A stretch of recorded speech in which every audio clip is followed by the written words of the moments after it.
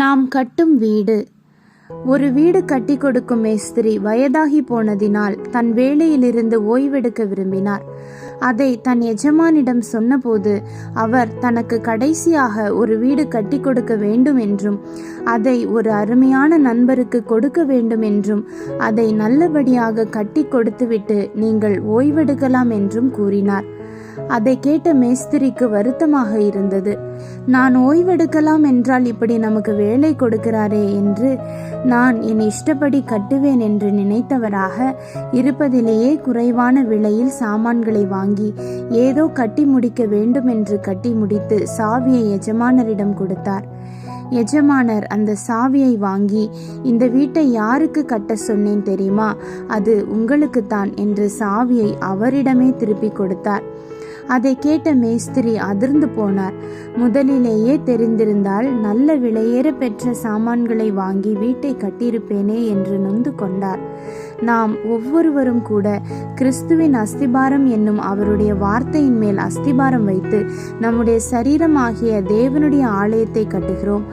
அவருடைய உபதேசம், விசுவாசம், நம்பிக்கை என்னும் பொன், வெள்ளி மற்றும் விலையேற பெற்ற கற்களினால் அதை கட்டும்போது ஒரு நாள் நியாய தீர்ப்பில் அக்கினியானது பரிசோதிக்கும் போது நமது சரீரமாகிய தேவனுடைய ஆலயம் நிலைத்து நிற்கும்.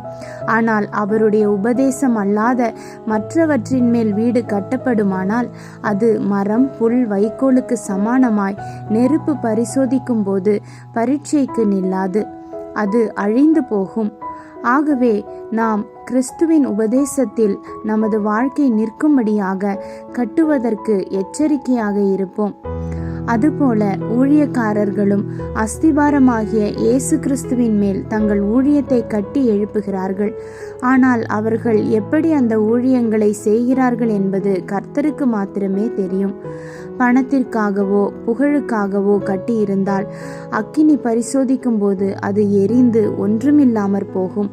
ஆனால் கர்த்தருக்கு உண்மையாக ஊழியம் செய்தால் அது பொன்னை போல, வெள்ளியை போல, விலையேற பெற்ற கற்களை போல நிலைத்து நிற்கும். அந்த மேஸ்திரி தனக்குத்தான் அந்த வீடு என்று தெரிந்திருந்தால் அதை முன்னமே நன்றாக கட்டியிருப்பான். அதுபோல நாம் செய்கிற கிரியைகளுக்கு இதுதான் பலன் என்று அறிந்திருந்தால் நாம் செய்கிற எந்த காரியங்களும் அருமையாக இருக்கும். ஆகையால் எதை செய்தாலும் அவற்றை நன்மையாக செய்வோம், உத்தமமாக செய்வோம், தேவன் புகழத்தக்கதாக செய்வோம். நாம் செய்கிற காரியங்கள் நன்மையோ தீமையோ எதுவாயிருந்தாலும் அது நம்மையே பாதிக்கும் என்பதை அறிந்து பொன்னாகவோ வெள்ளியாகவோ விலையேற பெற்ற கற்களினாலோ கட்டுவோம். அதுவே நிலைத்து நிற்கும். ஆமேன். அல்லேலூயா.